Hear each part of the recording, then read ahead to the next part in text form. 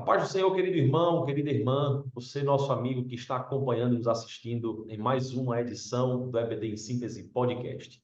Seja muito bem-vindo a este trabalho que é realizado pela Igreja Evangélica Assembleia de Deus no estado do Rio Grande do Norte, que tem como pastor-presidente o pastor Martim Alves da Silva, e que também é desenvolvido pelo Departamento de Ensino e Educação Cristã, o DENEC, que é coordenado pelo querido pastor Reinaldo Odilo.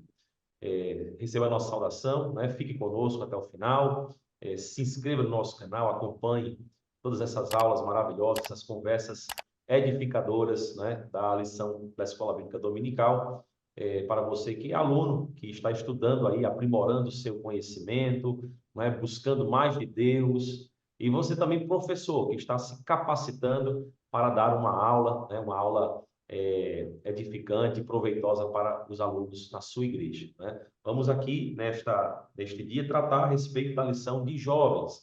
Estamos estudando no primeiro trimestre de 2024, uma lição muito especial que trata dos fundamentos dos apóstolos e dos profetas, a doutrina bíblica com base para uma caminhada cristã vitoriosa, né? Estamos vendo que a doutrina cristã bíblica, genuinamente, ela nos traz vitória na nossa vida cristã, e é algo que nós precisamos, né? Sobretudo a juventude que está aí vivendo dias de tantos ataques, né? Tantas filosofias, tantos ensinamentos que são contrários à palavra de Deus. É um momento em que nós precisamos nos fortalecer, nos aperfeiçoar para ter uma caminhada cristã vitoriosa. Não estou sozinho, estou aqui com o querido professor Jansen Lemos, a quem eu quero saudar e transferir a palavra de boas-vindas aí a ele. Pai do Senhor Jansen. Pai do Senhor, irmão Lucier, Pai do Senhor, professores que estão aqui nos acompanhando e todos aqueles que entraram aqui nesse canal, né, para poder ouvir um pouco mais sobre lições maravilhosas como essa. E hoje, né, estamos falando sobre uma lição que é muito forte, vai falar sobre perseverança na doutrina de Cristo. E como o Lucier falou, são temas que são fundamentais, são temas que se a gente não falar, se a gente não pregar sobre isso, não ensinar sobre isso, infelizmente, né, o mundo vai ensinar do jeito dele, que é com certeza contrário à palavra de Deus. Então, nossa missão aqui, né, você, é tratar sobre um tema que nos edifica e também ajuda outras pessoas a poderem se edificar e continuar caminhando da forma correta, à luz da doutrina de Cristo, que é o que a gente vai ensinar hoje aqui, né? É verdade, Jansen, é verdade. Estamos chegando ao final da lição, né? Depois de vários domingos, estamos na lição número 12, Bem pertinho. vendo aí pela terceira vez uma lição referente à doutrina de Cristo, para ver como ela é importante, né? Já tivemos outras duas oportunidades de tratar a respeito dessa doutrina de Cristo, dos ensinamentos de Jesus, da importância que eles foram e ainda são para a nossa vida cristã. E nessa lição de hoje, Jansen, pelo título, a gente já tem uma perspectiva, né, do que vai ser tratado, e eu acho muito interessante, né, essa palavra-chave da lição, perseverança, é algo que nós estamos buscando, né, pelo menos eu na minha vida tenho buscado muito, né, perseverar. Perseverar é você, né, nunca desistir, ir até o final, lutar até o fim, não abrir mão, né, isso é perseverar, e isso é necessário na nossa vida cristã, sabendo que nós vivemos em um mundo que jaz no maligno, né? Jesus disse que por causa dele nós seríamos perseguidos, e essa perseguição não é fácil, né? Ele diz assim: no mundo tereis aflições, mas tem bom ânimo. Então, o nosso bom ânimo é estudar uma lição como essa, né? E saber que quando nós perseveramos na doutrina de Cristo, o Senhor nos dá vitória. Nós vamos ver todos esses aspectos da lição, né? Da perseverança, e do que a doutrina de Cristo nos auxilia na nossa vida cristã. Ela tem três objetivos principais aqui que a gente pode ler, que é o primeiro, mostrar a importância da doutrina de Cristo diante de um mundo imoral, é essa constatação de que nós estamos vivendo em um mundo de trevas e que a doutrina de Cristo ela se eleva em grau de importância nas nossas vidas, devendo ser buscada e não apenas estudada, mas vivida, né? É uma experiência prática. Também compreender que o crente deve andar segundo os mandamentos de Jesus. Amar a Deus sobre todas as coisas é obedecer os mandamentos do Senhor. Essa é a vontade dele para a nossa vida, né? E a doutrina de Cristo não é diferente. Os ensinamentos de Jesus, eles foram dados para que nós possamos viver intensamente e agradar o nosso Deus. E, por último, conscientizar da importância de olharmos para nós mesmos. É necessário se autoavaliar, né, de vez em quando. Não adianta só correr sem olhar para si próprio. Às vezes a gente está, né, a Bíblia fala disso, às vezes a gente está tentando apontar um erro de alguém e não está olhando para o nosso, que é muito maior, né? Às vezes a gente está falando que alguém está pecando e a nossa veste está suja de pecado. Então, há uma necessidade de autoanálise, né? Na Santa Ceia, o apóstolo Paulo ensinou, nós devemos fazer uma autoanálise, né? Avaliarmos a nós mesmos para que não sejamos aí conduzidos para uma vida que não discerne bem o corpo do Senhor. Jansen, vamos entrar na lição, né? Acho que falei bastante aqui na introdução. O texto bíblico é maravilhoso e vale a pena a leitura, né? Mas como o nosso tempo aqui é um pouquinho escasso, eu acredito que você, meu querido irmão, minha querida irmã, já leu o texto bíblico, você que está com a sua lição em mãos. E vamos entrar aqui nesse primeiro tópico da nossa lição, que é uma conversa aqui agradável, proveitosa. Esse primeiro tópico, ele fala sobre a nossa posição diante de um mundo imoral, né? O primeiro tópico, o primeiro subtópico vai falar sobre a questão da moralidade cristã. Eu queria ouvir um pouquinho de Jansen, que pode dizer a respeito desse primeiro tópico de uma forma geral, ou os seus subtópicos aí divididos. Com certeza, o ponto mais importante que a gente vai falar nesse primeiro tópico é essa relação de moralidade e imoralidade. Do que a Bíblia diz que é certo e do que o mundo diz que é certo. Do que a gente escuta lá fora como normal, como aceitável, e do que realmente Deus aceita como sendo um comportamento justo para um crente, para um cristão. Então, quando a gente trabalha com esses dois pontos, né, fazendo esse contraponto, né, a gente acaba avaliando o que a Bíblia diz que é certo e o que o mundo diz que é certo. E aqui a gente fala sobre o nosso posicionamento diante de um mundo imoral. Então, a gente sabendo que o mundo é imoral, ou seja, que o conjunto de regras e de obras que o mundo aceita é totalmente fora do que a gente encontra como ordens e como também regra de honestidade, de justiça, de boas práticas, de bons costumes dentro da Bíblia, então a gente está trabalhando um contraposto. E a nossa postura deve ser sempre de rejeitar a imoralidade e buscar estar dentro do padrão bíblico. Porém, todos nós sabemos que isso não é fácil. Isso no mundo de hoje, principalmente, né, é cada vez mais difícil. Eu até brinco. E muitas vezes, o certo que você muitas vezes pregava e até tem certeza que aquilo ali é certo, começa a ser confundido com errado se você ficar olhando e observando o que o mundo diz. Então, para isso, você tem que comparar o que o mundo diz com o que a palavra diz. E aí a gente vê que se a ética está pervertida, se a moral do mundo está pervertida, a gente tem que entender que tem uma coisa que é imutável, a palavra de Deus. E a palavra de Deus sendo imutável, é melhor a gente se fixar nela, olhar ela não só como algo que a gente vê de longe, e sim a gente mergulhar nessa palavra. E aí a gente vai ter um comportamento, um posicionamento, que nem sempre vai ser tão fácil. Muitas vezes, né, Lucia, a gente vai entrar em conflitos com pessoas que estão do nosso lado. Claro que a gente não pode perder a paciência, não pode perder a razão ao discutir sobre algum ponto, mas devemos nos posicionar e não ceder, não permitir, não ser permissivo que doutrinas imorais comecem a entrar dentro do nosso lar, dentro da nossa igreja, dentro do nosso trabalho, dentro do nosso convívio e dentro da nossa mente, principalmente. Porque muitas vezes você não se comporta como, mas já pensa como. E aí, pensando como, logo, logo você também se comporta como. Então, esse é o maior embate de hoje em dia, a gente fazer um contraponto. E aí, você até entrando para o ponto 2 já, esse tópicozinho aqui, 2, né? O mundo imoral, ele está falando que Jesus afirmou que os homens amaram mais as trevas do que a luz. E se você for ver, no dia de hoje, está muito parecido com outros relatos bíblicos, como Sodoma e Gomorra, como outros tempos que você vê que pessoas acabam abandonando qualquer tipo de afeição pelo que é sagrado e colocando suas carnalidades, seus desejos, seu pensamento por dinheiro, por obra, por algum ganho acima do que o fazer o bem ao próximo, do que amar a Deus sobre todas as coisas, do que ajudar quem precisa e simplesmente seguir o bem, seguir o que é bom. Então, muitas vezes aqui a gente vê que essa frase cada vez mais se faz sentido nos dias de hoje. A nossa geração está amando mais as trevas do que a luz. E se amar as trevas, você vai seguir as trevas e vai conhecer cada vez mais as trevas. Porém, o nosso posicionamento ele deve ser contra essa imoralidade. E só você consegue ser contra a imoralidade quando você conhece e fica imerso em uma coisa que é imutável, como eu já falei, que é a palavra de Deus. Deu para entender, José? Bastante, bastante. Muito bem colocado, né? Muito pensar acaba gerando comportamento, né? Gerando atitudes.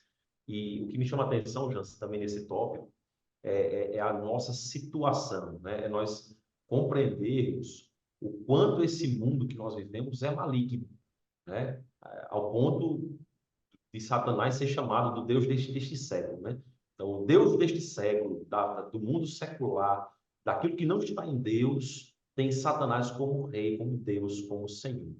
E isso é tão sério, né? Porque às vezes a nossa mente ela está tão ali um pouco meio que cheia do politicamente correto, dessa vida, né, volátil que nós estamos acompanhando, essa cultura líquida, né? Já virou termo agora de pesquisa, de teses acadêmicas. Vivemos um tempo de cultura líquida, ou seja, as pessoas não têm mais firmeza, elas são muito voláteis. Ora o certo é assim, ora é assado. Então, isso nos preocupa porque, às vezes, o seu jovem, professor que está ali assistindo a sua aula, tem na mente dele que o mundo que ele vive é um mundo legal, é um mundo ok, que está tudo certo, que as coisas que ele vê na sociedade é normal e pode, né? Então, há uma necessidade já de nós fazermos essa, não é uma autoanálise, mas é uma análise da nossa cosmovisão, da nossa visão de mundo, para compreendermos o quão grave é, né, o mundo que nós vivemos. A gente vê em contraste com essa questão da cultura líquida, né? Deus nos compara na sua palavra a árvores plantadas junto a ribeiros, né? Uma árvore ela se enraiza, ela se firma, ela se fundamenta, e é isso que a palavra de Deus tem a nos ensinar, né? De uma vida prática imutável, que era desse jeito desde quando ele criou e será até o fim dos tempos aqui na terra e será na sua eternidade.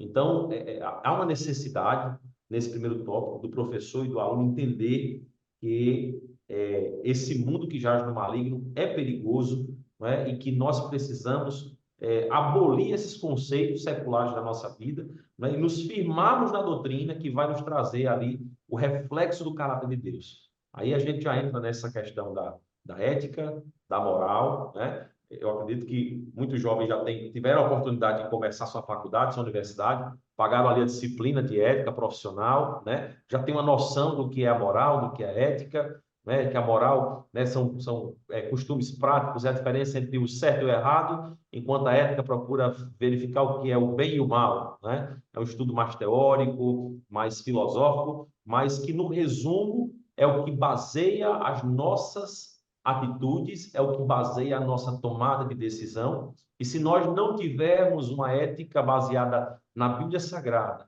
se nós não tivermos uma cultura moral baseada em Deus, as nossas decisões serão necessariamente contrárias a Deus, contrárias à vontade do Senhor, né?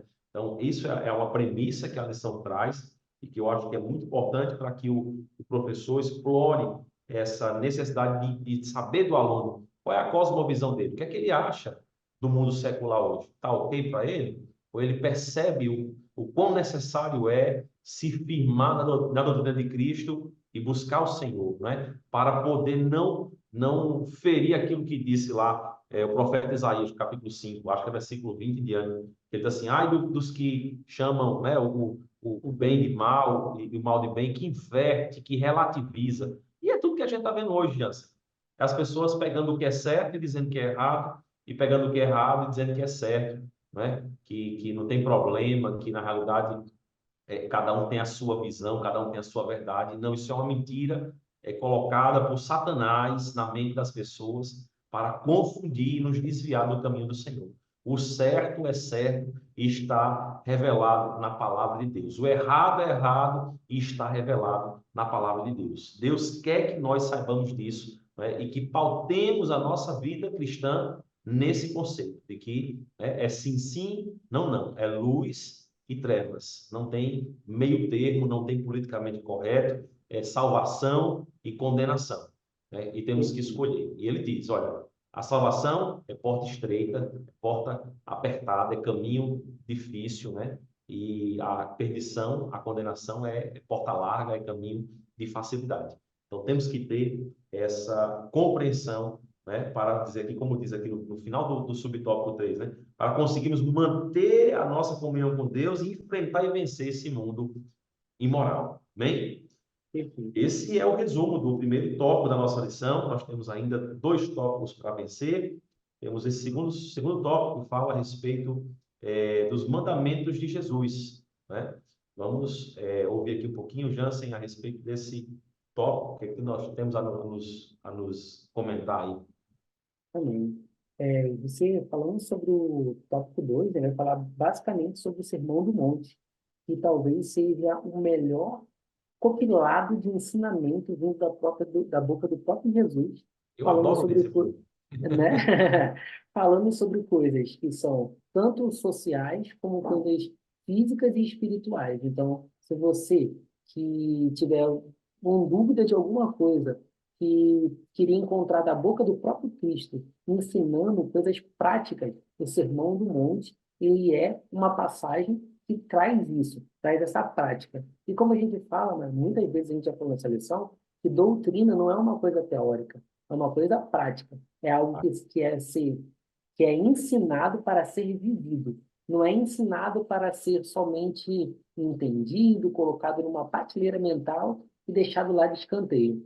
Então a gente tem que sempre colocar em prática. E os mandamentos de Jesus sempre foram muito práticos. Desde amar a Deus sobre todas as coisas e o próximo, assim mesmo, igual a você em si, né? Porque se você pensar, se você amar a Deus sobre todas as coisas, você não vai ter outro Deus, você não vai adorar nenhuma imagem, nada que seja semelhante, nem no céu, nem na terra. E se você amar o próximo como a ti mesmo, você não vai adulterar, você não vai matar, você não vai roubar, porque você não deseja que isso aconteça contigo. Então você já vê aí uma relação entre ética e de moral em um mandamento, em uma ideia que foi passada por Jesus. E aí a gente vai ver que isso vem se repetindo em toda a Bíblia, porque desde o Antigo Testamento até o Novo Testamento, o padrão de ética e moral de Deus não mudou. Então, se ele não mudou, a palavra dele também não mudou, o comportamento daquele que o segue não deve mudar. E aí fala de perseverança.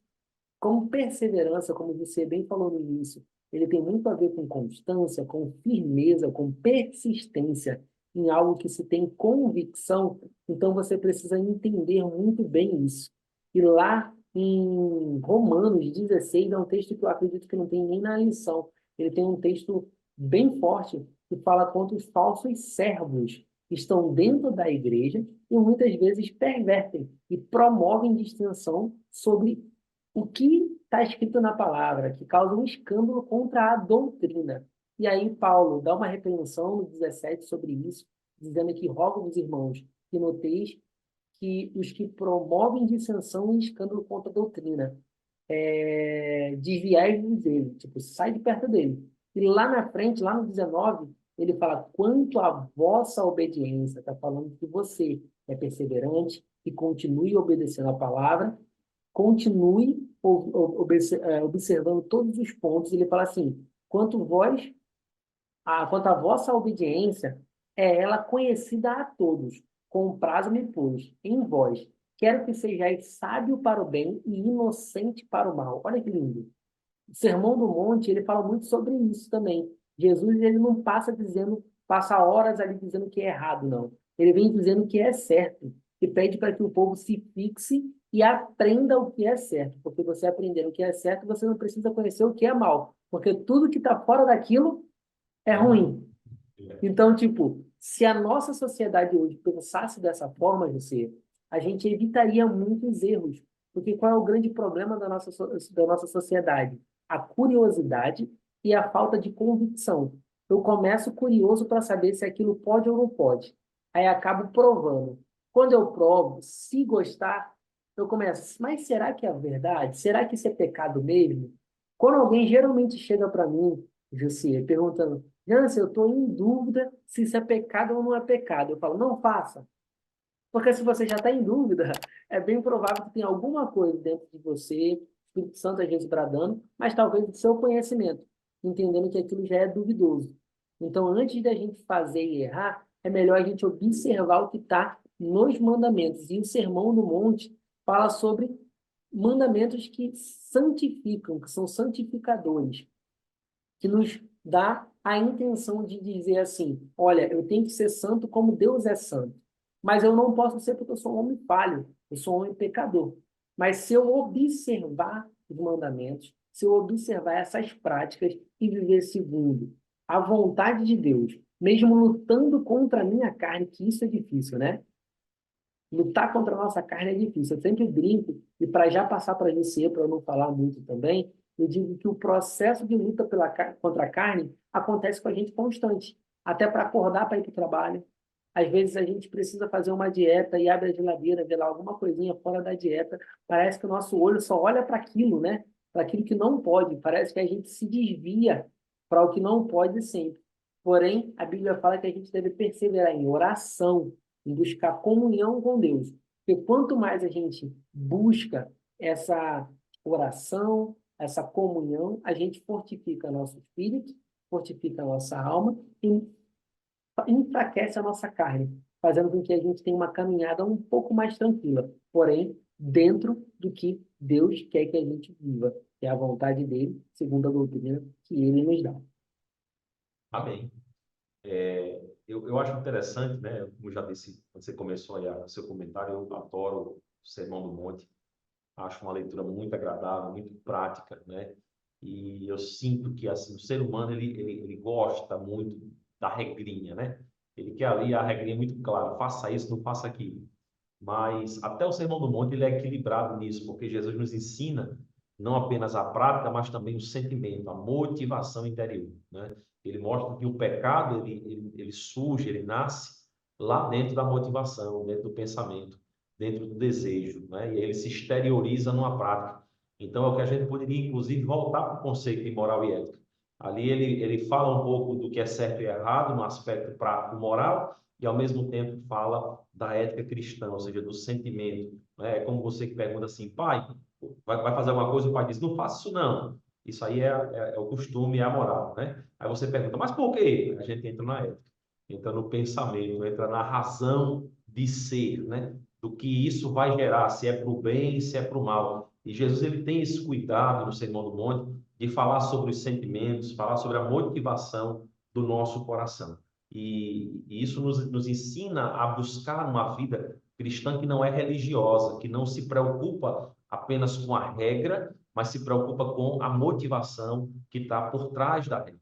Isso é muito importante. É como você disse, isso nos ajuda a buscar a santidade, a santificação, que é o que o Senhor quer, né? De dentro para fora e não de fora para dentro. Isso nos ajuda a preservar a palavra de Deus em nossos corações, nos ajuda a manter os benefícios que a palavra de Deus nos traz, né, que está aqui no subtópico 3, ele diz assim, olha, não é simplesmente a salvação, né, as bênçãos que a gente recebe, né, se vale a pena seguir essa doutrina cristã, essa doutrina de Cristo, mas é também o fato de que nós vamos ficar fortalecidos para não sermos enganados pelas falsas doutrinas, né, para não sermos enganados pelo espírito do anticristo, para estar pronto e perseverar até o fim, não perder o galardão que nós recebemos do Senhor e para manter a comunhão com Deus, com Jesus, com a igreja, né, com a nossa família.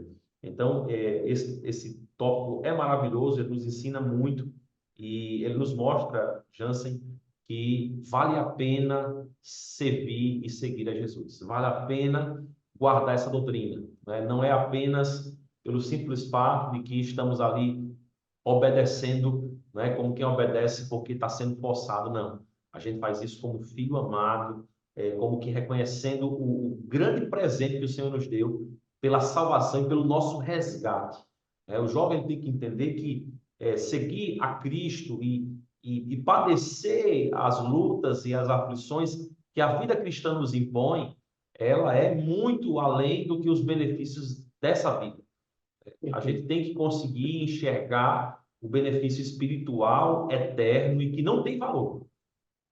E que isso está atrelado a uma vida de santidade.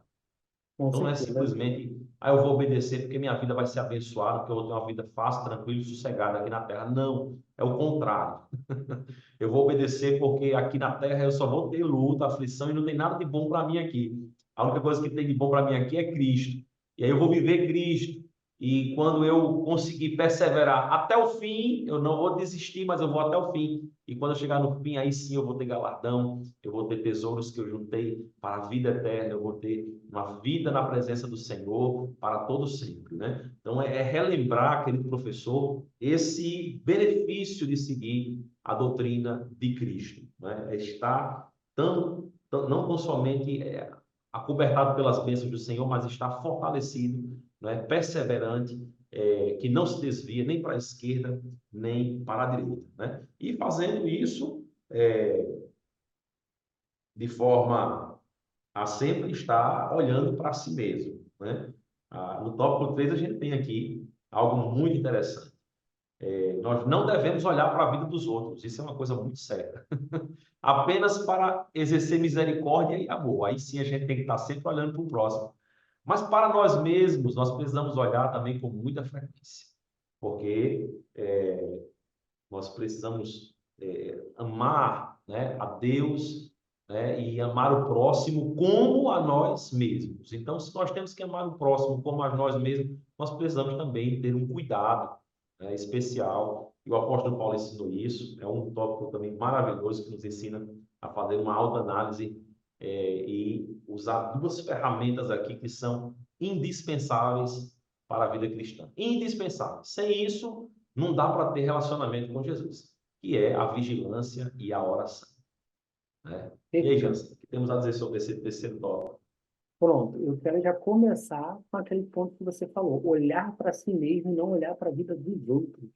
Hoje em dia, a gente vê que a sociedade, principalmente por causa das redes sociais, a gente passa muito tempo na tela olhando para a vida Dos dos outros. outros. E às vezes a vida dos outros que está sendo mostrada ali é só um pedacinho, que tem muitas inverdades. Às vezes tem gente sorrindo quando na verdade está triste. Às vezes tem gente lá mostrando que está tendo sucesso quando na verdade não tem sucesso. E aí a gente acaba olhando para a vida dos outros com um recorte que não é real. E aí a gente acaba prejudicando ainda mais a nossa sanidade mental e também a nossa espiritualidade. Por isso que a gente precisa entender que o nosso foco a gente deve olhar somente para Cristo. Porque quando perguntaram para Paulo sobre, tipo assim, como é que ele conseguia, ele falava que ele se gloriava nas suas prisões. Ele se gloriava nas aflições. Ele sofria e dizia que ele tinha a vida dele como história, mas ele tinha a morte como ganho, porque se ele morresse, morreria com Cristo. Então a gente vê que é uma relação totalmente diferente do que se vive hoje. Muitas vezes, para que muitos queiram dizer que estão tendo sucesso, eles mostram o que têm. E Paulo fala que não, eu sei ser abatido, mas também sei ser exaltado. Tudo posso naquilo que me fortalece, naquele que me fortalece. Então a gente vê a diferença. E aí, nesse tópico 3 já vai falar justamente dessa autoanálise, desse momento de você olhar para dentro, olhar para vós mesmo. E aí você vê olhando para a gente vai fazer aquela questão. É o erro que eu julgo meu irmão, eu também cometo. Às vezes eu cometo até pior. Aquele ponto que eu acho que é inadmissível, às vezes eu admito na minha vida. Aquele ponto que eu falo que não é para ninguém fazer, às vezes eu faço e julgo o outro com a lei de Cristo. Porém, quando eu erro, eu quero misericórdia. Então tem esse contraponto. E aí, quando a gente olha para a gente começa a fazer essa autoanálise, aquela reflexão muito parecida com o que Paulo ensina à igreja de Corinto na hora lá da Santa Ceia. E aí ele vê assim, olha, se você se julgasse, você não seria julgado pelo mundo. E aí você vê um ponto, que o julgamento não é errado. O problema é que a gente julga os outros sem julgar a nós mesmos. E às vezes a gente julga os outros com a intenção de condenar. Enquanto o julgamento que a gente quer para a gente é um julgamento que a gente quer com um olhar de misericórdia. Então, para o outro é condenando e para a gente é com misericórdia. Então, esse contraposto é muito importante. E aí a gente tem que ter os cuidados pessoais. Paulo adverte Timóteo, ele falou também com o Tito algumas vezes sobre algo parecido. E aí a gente vê que quando Paulo ele fala sobre esse cuidado próprio, ele está falando também do físico. Ele está falando da gente olhar para a gente e entender o que que a gente precisa, como a gente precisa estar, como deve estar o nosso pensamento de acordo com o que a gente vê no mundo. Será que a gente está utilizando aquela frasezinha que é tão bonita hoje em dia, né? Dizer que você é tolerante? Só que tolerar, na verdade, é você permitir algo que está fora da sua ideia, da sua visão, do seu pensamento, o que é errado na sua vida. Então, se você começa a tolerar um pouquinho de coisinhas erradas dentro da sua vida, quando você vai ver, você já está acumulando muitas coisas erradas. Ninguém tolera um pouco de sujeira na comida que come, não é verdade? Então, porque a gente quer tolerar na nossa vida espiritual coisas que não são boas e a gente engole isso, garganta abaixo, de forma legal, para parecer bom diante do mundo. Então, esse cuidado que a gente deve ter de olhar para dentro e olhar também para o que a gente está absorvendo do mundo tem que ser muito bom, porque a gente tem que entender que a gente não pode nos enganar. Nós não podemos deixar que a gente se engane pelo que o mundo fala. E está lá em 1 Coríntios 15, 33, que tem até aqui na lição, não vos enganeis. As más conversações corrompem os bons costumes. E aí a gente vê, será que a gente anda num mundo que todo mundo ao nosso redor está falando que é certo? Está falando que é bom? Às vezes você e eu podemos ser o início de uma má conversa. Então, por isso que olhar para dentro é importante, porque às vezes com uma boa intenção ou não, a gente começa a defamar alguém, a reclamar de alguma coisa, a murmurar, e aí as más conversações corrompem os bons costumes. Então, olhar para dentro é entender que o mal que a gente prega, que não pode ser vivido lá fora, às vezes a gente que vive e às vezes é a gente que coloca ele em pauta. Então, essa autoanálise, ela precisa ser feita. E você, como professor, na sala, pode até fazer um exercício de reflexão com os jovens. Quantas vezes eles se portaram de uma forma que eles mesmos repreenderiam se ele visse aquele comportamento em outras pessoas? E não precisa nem eles responderem, mas é só para eles refletirem. Porque quando a gente pensa sobre o que fazemos, a gente geralmente vai ter duas opções. Ou cauterizar o nosso pensamento e absorver, ou a gente vai mudar e vai mudar o nosso comportamento. E como a nossa intenção na aula é fazer com que eles tenham uma metanoia, uma mudança de mente, uma mudança de visão, então é bom refletir sobre esses pontos. Falei demais, Luciano? Mais que agradável, mais que necessário, mais que essencial. Bem colocado, Jansen. É um tópico maravilhoso, realmente, que fala sobre essas duas ferramentas, né? A vigilância e a oração, são práticas necessárias à vida cristã, tão iniciadas. Ah, às vezes a gente está tão ocupado com a faculdade, com a escola, com o trabalho, com as atividades do dia, e o tempo hoje é tão escasso que falta tempo para orar, falta tempo para vigiar, e essas são ferramentas que nos ajudam a nos defender, né, num cenário desse mundo imoral que nós vivemos. Né? Mas que o Senhor nos dê, né, graça e nos ensine aí a buscar cada vez mais, a cumprir a sua palavra também que diz, né, orai sem cessar, em todo tempo precisamos estar conversando com Deus, orando com Deus.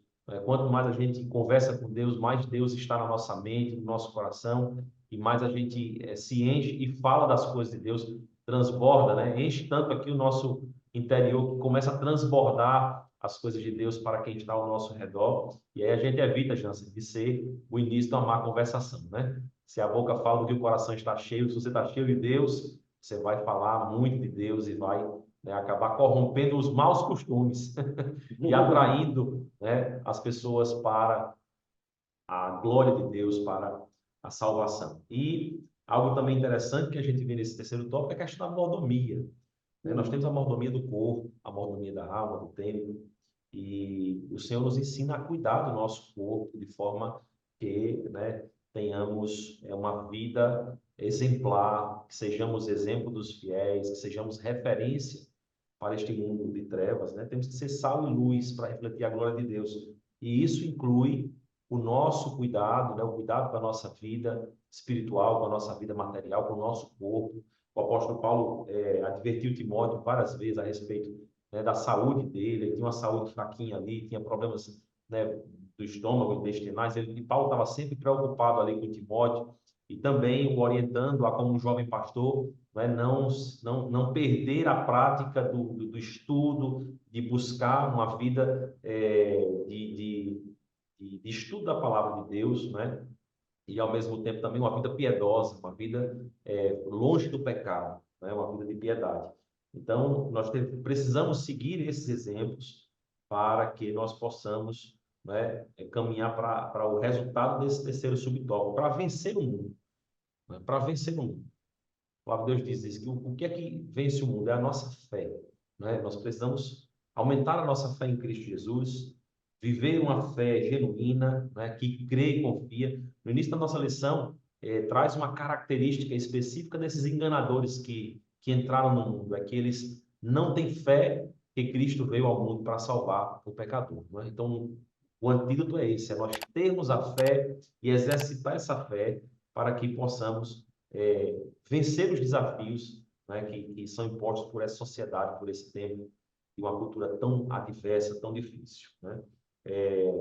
Recomendo aqui aos queridos professores, já encerrando aqui a nossa lição, o nosso comentário, recomendo aos professores para distribuir um papelzinho, uma caneta para cada um dos seus alunos e pedir que eles escrevam um pouquinho o que eles acham a respeito deles mesmos, quanto cristãos, como jovens, né, membros da igreja evangélica e qual é a perspectiva deles em relação a esse mundo. Não para divulgar nem para ler, mas para que eles possam, escrevendo, fazer uma autoanálise, identificar ali onde eles podem melhorar, onde eles precisam vigiar mais, orar mais, buscar mais de Deus, né? E buscar, quem sabe, ajuda na liderança aí da mocidade da igreja, e ter uma vida cristã vitoriosa. Amém, Jansen? Nós Amém. temos essa lição que muito enriquece, uma lição bem objetiva. Acredito que os professores vão ter muita facilidade de ministrar essa aula, né? E desejamos aqui que Deus lhe abençoe grandemente, seja no ministrar da aula, seja no aprender dela, se você for aluno da escola dominical. Se você não é, frequente uma igreja, Assembleia de Deus, vá até uma escola dominical para que você tenha essa excelente experiência de buscar o Senhor, de conhecer mais de Deus de forma didática, né? E ser abençoado aí na sua vida. Jansen, suas palavras aí de conclusão e encerramento. Amém. Eu quero concluir até utilizando a frase que está aqui no resumo da lição, que diz que para herdar a salvação, o crente precisa perseverar na doutrina de Cristo até o fim. E essa perseverança, ela não é um ato solitário, não. No caso, o Espírito Santo está com a gente, porque, primeiro, a gente precisa aceitar a Cristo como o único e suficiente Salvador. E isso nos garante a salvação. Só que depois que salvo e ainda vivo aqui na Terra, você vai ter que seguir esse caminho, trilhar esse caminho. E aí vai vir justamente a perseverança. E aí vai vir realmente a utilização da sua convicção. E você vai ter que estar com a mente e com o corpo blindado em Cristo para poder vencer a imoralidade, as objeções que o mundo te dá. E aí você vai viver para Cristo até o fim. Porque com Ele, como sua vida começou de novo, a partir do momento que você aceitou a Ele e recebeu a salvação, até o fim você deve perseverar. E aí a gente remete ao título dessa lição, né? Perseverando na doutrina de Cristo. Até quando? Até o fim. Até o dia que ele vier nos buscar ou quando chegar a nossa brevidade de dias aqui na Terra. Então, José, eu acho que essa lição é uma lição pequena, objetiva, clara e, ao mesmo tempo, hiper importante para a nossa vida. Talvez você, como professor, já tenha falado de várias outras lições aqui, mas nessa lição, talvez você possa dar um reforço para aquele aluno, para que ele entender que a perseverança da doutrina de Cristo é que vai ter a solução. E, com isso, eu encerro minhas palavras dizendo glória a Deus por tudo que nós ouvimos e falamos aqui. Amém, amém. Muito obrigado, meu querido irmão, minha querida irmã, meu amigo, minha amiga que nos acompanhou até o final desse EBD em Síntese Podcast. Agradecemos a sua permanência conosco. Peço que deixe um comentário aí embaixo, diga de onde você está nos assistindo, né? Faça seu comentário a respeito dessa lição, desse trabalho, tá bom? É sempre bom ter um feedback. E também compartilhe, deixe o like, compartilhe para que a plataforma do YouTube possa entender que esse assunto é fundamental para outras pessoas, né? E é interessante e possa estar ali recomendando eles para que as pessoas sejam edificadas pelo conhecimento da palavra de Deus. Eu concluo aqui citando Tiago 1,12, que diz que bem-aventurado é o homem que persevera na aprovação, porque depois de aprovado receberá a coroa da vida que o Senhor prometeu aos que o amam. Somos Amém. vitoriosos em Cristo Jesus. Que Deus nos abençoe e até uma próxima oportunidade em nome de Jesus. A paz do Senhor. Amém. Vai ser o